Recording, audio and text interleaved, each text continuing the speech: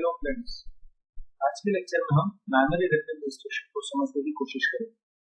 Actually आपके पास total 7 memory reference instruction है, starting from and, add, LDA, STA, UN, ESA and ISA. अब हर एक इंस्ट्रक्शन को समझने की कोशिश करें। एंड इंस्ट्रक्शन आप जानते हो कि एंड इंस्ट्रक्शन होगा किसके साथ? एक्यूमुलेटर के साथ। बट एक्यूमुलेटर के साथ जो कंटेंट को आपको एंड गेट करना है वो आपका कंटेंट होगा कहाँ? डेटा रजिस्टर में। तो वो डेटा रजिस्टर में डेटा आएगा कहां से? तो आपके पास एड्रेस रजिस्टर है, वो एड्रेस रजिस्टर पे आपको जाना है, मतलब वो मेमोरी लोकेशन पे जाना है जो आपके पास एड्रेस रजिस्टर के पास लोकेशन। वहां से जो कंटेंट मिलता है वो आप डेटा रजिस्टर को देंगे और डेटा रजिस्टर के साथ फिर एक्यूमुलेटर का एंड गेट होगा, फाइनल आंसर आपका एक्यूमुलेटर में स्टोर होगा। ये चीज आपको यहाँ नीचे एक्सप्लेन की गई है। M of AR goes to DR और उसके बाद आपका एक्यूमुलेटर एंड डेटा रजिस्टर का एंड गेट होगा, फाइनल आंसर आपका कहां? एक्यूमुलेटर में store. Fine. Next is add operation. Add operation में भी क्या होगा? आपको एक्यूमुलेटर के साथ ही ऐड करना है। किसको ऐड करना है? Data register. डेटा रजिस्टर में कंटेंट कहां से आएगा? वो कंटेंट जो एड्रेस रजिस्टर के लोकेशन पे जाने के बाद मुझे मेमोरी में से मिलेगा। मतलब यहाँ पे भी आप क्या करेंगे? M of AR goes to DR, मतलब आप लोकेशन पे जाएंगे, कौन से लोकेशन में? जो AR पॉइंट कर रहा है वो लोकेशन पे मेमोरी में जाएंगे, वहां से डेटा लेंगे। डेटा किसे दे देंगे आप? Data register. और डेटा रजिस्टर और एक्यूमुलेटर का क्या हो जाएगा फिर आपके पास? That is addition operation. Final answer कहां स्टोर होगा? That is accumulator. यहाँ पर पॉसिबल है कैरी अगर जनरेट होती है तो आप इसमें ई बिट के अंदर दे देंगे, दैट इज आपका फ्लैग। फाइन। उसके बाद आएगा दैट इज आपका LDA operation, that is load accumulator. अब एक्यूमुलेटर को लोड करना है, किससे लोड करना है? वो कंटेंट जो आपका एड्रेस रजिस्टर पॉइंट कर रहा है। मतलब क्या हुआ? फिर से आप कहां जाएंगे? मेमोरी में जाएंगे। मेमोरी के कौन से लोकेशन पे जाएंगे? जो आपका AR पॉइंट कर रहा है, वहां से आपको डेटा मिलेगा। किसे दे देंगे आप? Data register. और वही डेटा रजिस्टर किसे प्रोवाइड करेगा? दैट इज एक्यूमुलेटर को। तो वो बेसिस पे क्या हो जाएगा? That is load to accumulator. Fine. उसके बाद आपके पास ऑपरेशन आता है that is STA, store accumulator. यहाँ पे आपका रिवर्स काम होगा।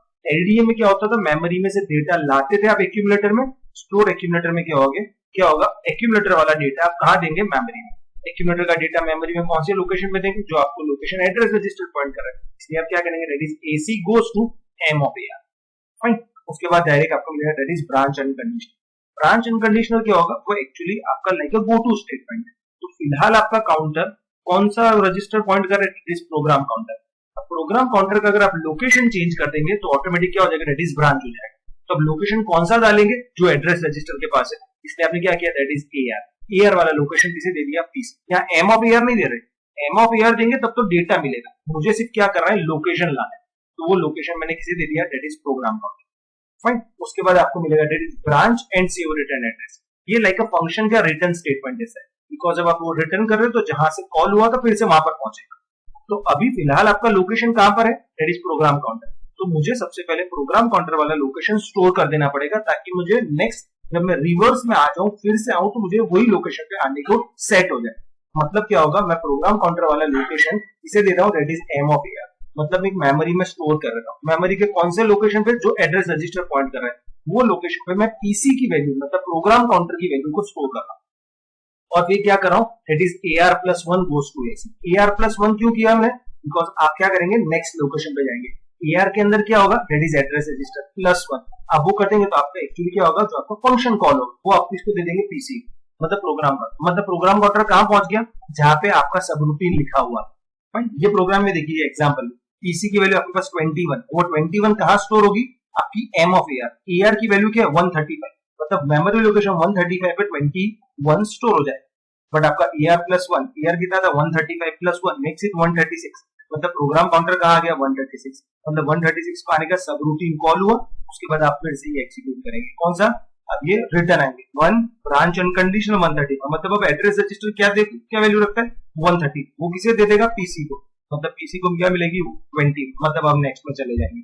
देखिए यहाँ पर उन्होंने ऐसे ही मेंशन किया, that is PC goes to M of AR, AR+1 goes to AR, और फाइनली आपका एड्रेस रजिस्टर किसको दे दिया? That is program counter. I hope so ये समझ में आ रहा है। AR+1 करने से क्या मिला? आपका AR+1 गोज टू PC तो कर दिया, तो यहाँ पर भी उन्होंने मेंशन किया that is AR+1 goes to AR। Fine. और लास्ट में आपके पास that is increment and skip F0। तो यहाँ क्या करेंगे? आप लोकेशन X, जो लोकेशन आपका एड्रेस रजिस्टर पॉइंट कर रहा है वो लोकेशन वाले डेटा को डेटा रजिस्टर में लाएंगे, मतलब M of AR goes to DR। अब DR+1 मतलब इंक्रीमेंट करना है, और इंक्रीमेंट करके चेक करना है आया वो डेटा 0 है या नहीं। मतलब dr+1 goes to dr।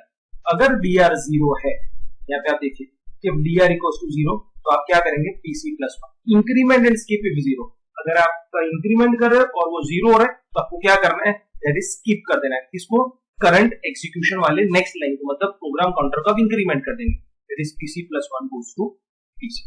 Fine. मैं इसके बाद भी आपका BUN और BSA के लिए डेडिकेटेड वीडियो बनाऊंगा, तो और आपको अच्छे से समझ में आ जाएगा। Fine. Difference between branch unconditional and branch and save return. Okay, thank you.